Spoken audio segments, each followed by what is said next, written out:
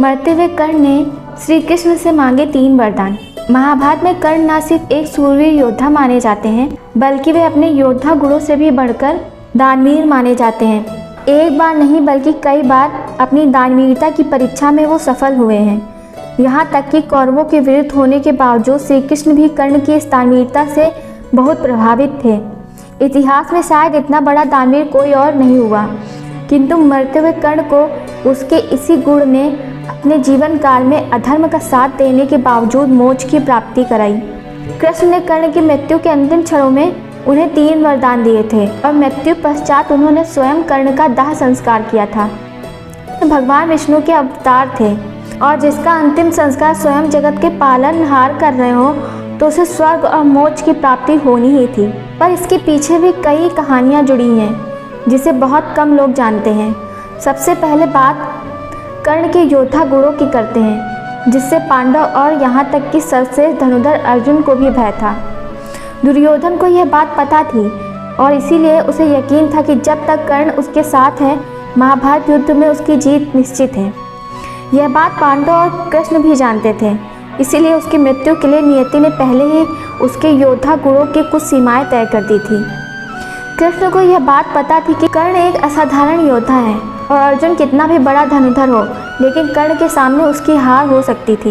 इसकी भी कई वजह थी, जिनमें कर्ण के पास सूर्य का दिया हुआ कवच कुंडल था, जिसके रहते हुए उसे कोई भी अस्त्र शस्त्र नुकसान नहीं पहुंचा सकता था। इसीलिए उसे मारना अर्जुन के लिए भी नामुमकिन था।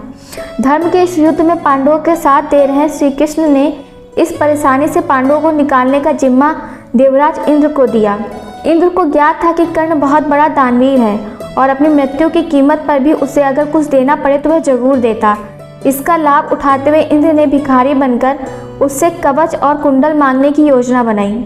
सूर्य को इसका पता चल गया और अपने पुत्र की रक्षा के लिए उन्होंने उसे इंद्र की यह योजना बताते हुए कवच कुंडल को किसी भी हाल में न देने की सलाह दी। किंतु दानवीर कर्ण ने सब कुछ पता होते हुए भी अपने दान धर्म की रक्षा हेतु भिक्षुक रूप में आए इंद्र को अपना रक्षा कवच दे दिया। कर्ण की दानवीरता से प्रभावित इंद्र ने उसे अपना इंद्रास्त्र दे दिया, जो किसी को भी लगे तो उसकी मृत्यु निश्चित थी। हालांकि इसमें एक शर्त थी कि वह केवल एक बार ही उसका प्रयोग कर सकते थे। एक सारथी के यहाँ जन्म लेने के कारण सूर्यपुत्र कर्ण कहलाए।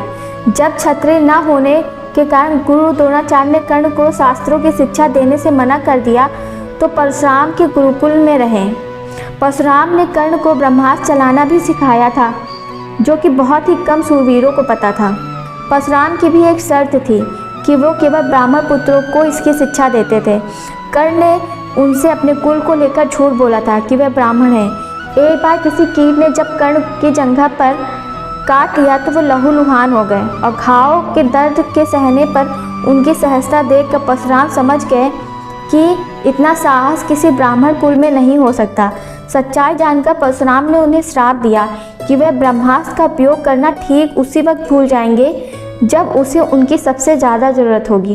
कुरुक्षेत्र युद्ध में अंतिम समय जब वह अर्जुन पर ब्रह्मास्त्र चला रहे थे, उसी वक्त उसे चलाने की विधि भूल गए। एक ही क्षण में यह उनकी भूल सबसे बड़ी भूल साबित हुई, जिससे अर्जुन को उस पर प्रहार करने का समय दिया और उनकी मृत्यु का कारण बना। एक बार भूलवश कर्ण के हाथों से किसी छोटी कन्या के घी का भरा घड़ा फूट गया था। कन्या इसे देखकर रोने लगी। कर्ण ने इसके लिए उससे क्षमा मांगी और इसके बदले उसको दोगुना घी देने का प्रस्ताव रखा। कन्या नहीं मानी क्योंकि उसे वही घी चाहिए था।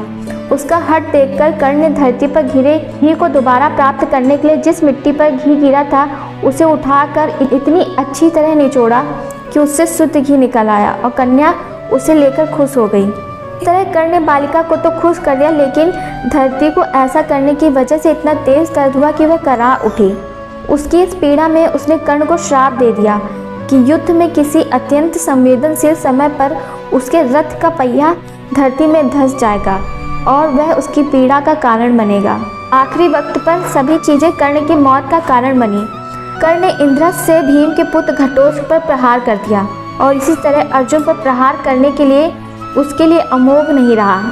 युद्ध के 9वें दिन अचानक उसके रथ का पहिया जमीन में धंस गया। खुद को बचाने के लिए वह अर्जुन पर ब्रह्मास्त्र का प्रयोग करता कि तभी उससे प्रयोग करने की विधि भूल गया।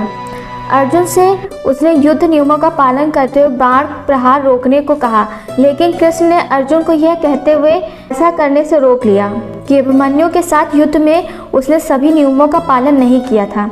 इस प्रकार अर्जुन के बाणों का शिकार होकर मृत्यु को प्राप्त हुआ, किंतु अंतिम क्षणों में उसके कौशल और दानवीरता से प्रसन्न श्री कृष्ण ने 3 वरदान मांगने को कहा।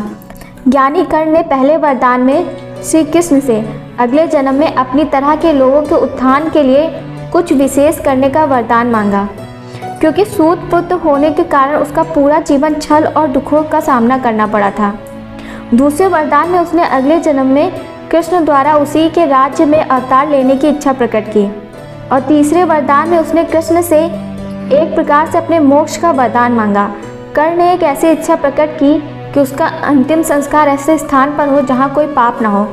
तो दोस्तों, अगर आपको वीडियो पसंद आई हो तो वीडियो को लाइक करें और कमेंट करके ज़रूर बताएं कि आपको वीडियो कैसे लगी।